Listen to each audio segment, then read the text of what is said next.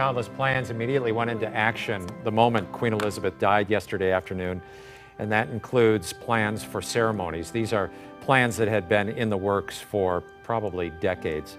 The code word was London Bridge is falling down, and it was to be used when she died, and that's what was used yesterday. Her funeral and everything is planned. The passing to the throne of Charles. We are now joined on the phone by local royal historian, that is Candace Gehring. Candace, are you there? I'm here. Good morning. Good morning. You know, we first learned yesterday that they were all going up to Scotland to be by the Queen's side, and that they were concerned about her health. Was the Queen's death expected? Well, of course, because she's 96, and she has been in gradually failing health. You see her get smaller, frailer, thinner. She canceled appointments, which she never, ever, ever did, except for childbirth. And I think that they were caught at the last minute because the Prince of Wales, Charles, now King Charles III, and his wife was there, but as well as his sister, the Princess Royal, who is Princess Anne, were the only ones with her. And when they scrambled to get the other people up there, they arrived too late.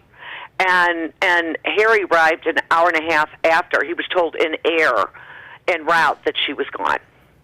Charles, the eldest son, now king. When is the coronation? Oh, gosh, that won't be for another year. Now, again, that is another thing, like you said about the funeral, that has been in the works. But, you know, think about it. It would be like your child planning your funeral and his own big party while you're still alive. Yeah.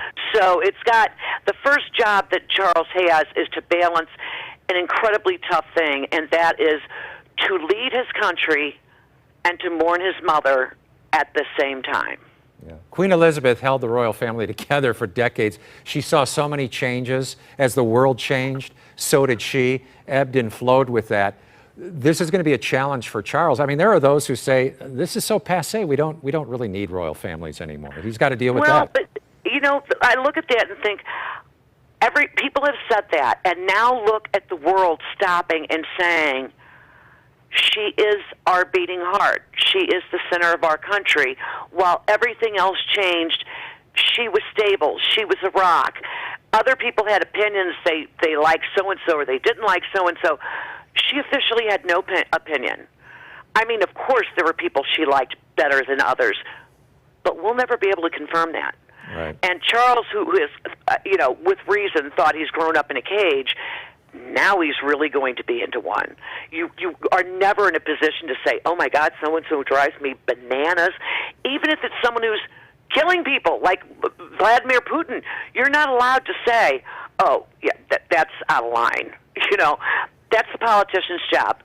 Not the queen can, or the monarch can advise, they can warn.